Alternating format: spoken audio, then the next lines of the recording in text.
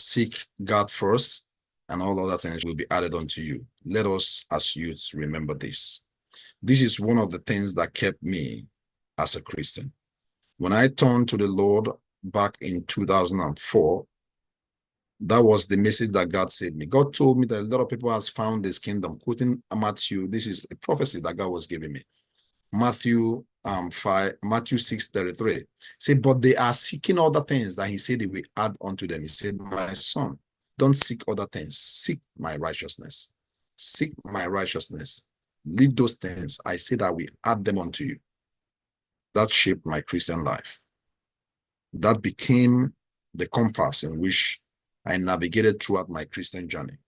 Always seeking after God and his righteousness, and not on mundane things. And truly, God just add the ones that are good for you, the ones that won't take you out of heaven.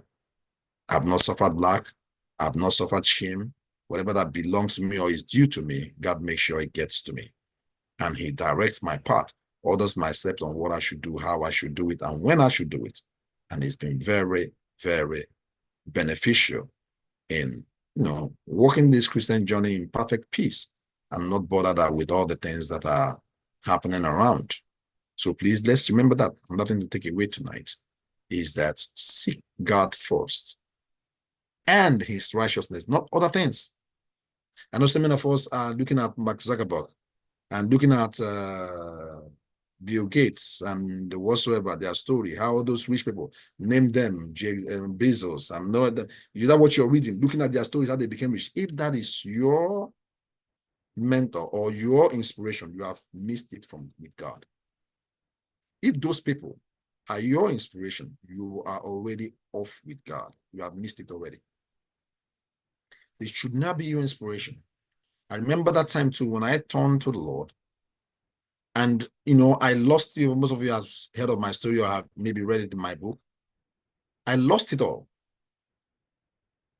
But when I turned to the Lord, there was nothing. And I went like, God bless me, God bless me. You know what God told me? He told me that money is like blade razor. He said, I don't give it to children. I do not give it to children.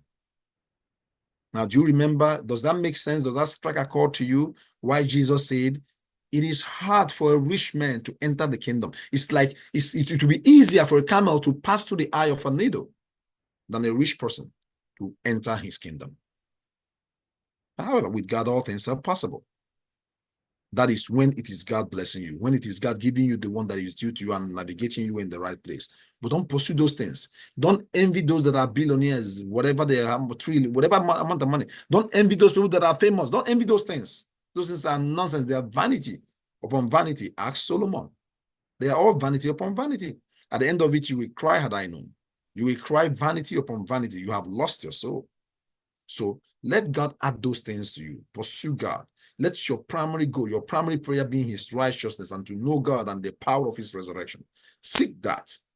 If you will be a billionaire, God will make you a billionaire. If you be the president of the United States, what I call it, rapture tariffs, God will make you that. So don't let those things be your priority, the things you're chasing after. Let it be a God that will make you rich or make you this. So please, let's remember that. Let's remember that very seriously. And that time I was still praying, there was nothing God also told me. There was two analogies God gave me. One was he doesn't give wealth to children. And I could imagine if God has really opened the door and blessed me then that time again or whatever, I wouldn't have continued. None of you will never hear of me today. It's possible I'm going to go off. Even if I'm still costly in church, it's going to be just like the worldly Christianity, like you have it everywhere.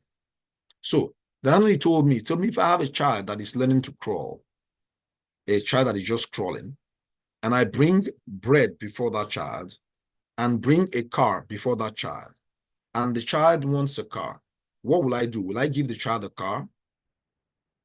The answer is simple. The child does not need a car.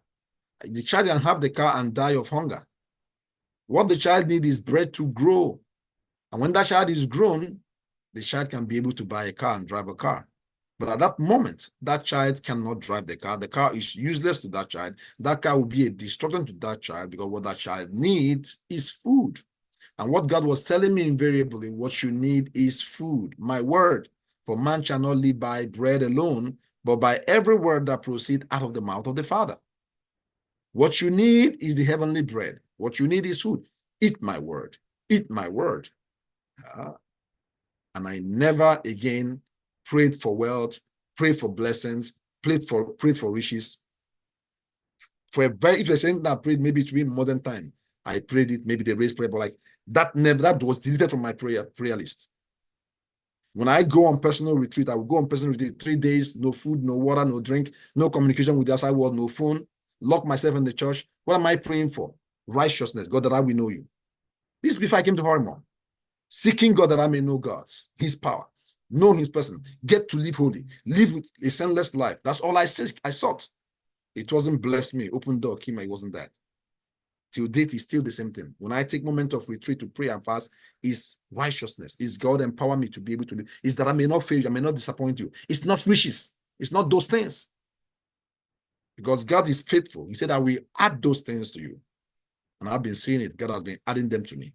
So please, I'm speaking to you people again experientially. When I'm talking to you, I speak to you from what I've tested, saying that the Bible is true and the word of God is true. Not telling you theories or just telling you theology, but what that is true. If you practice it, you see that word of God is true. God bless you all.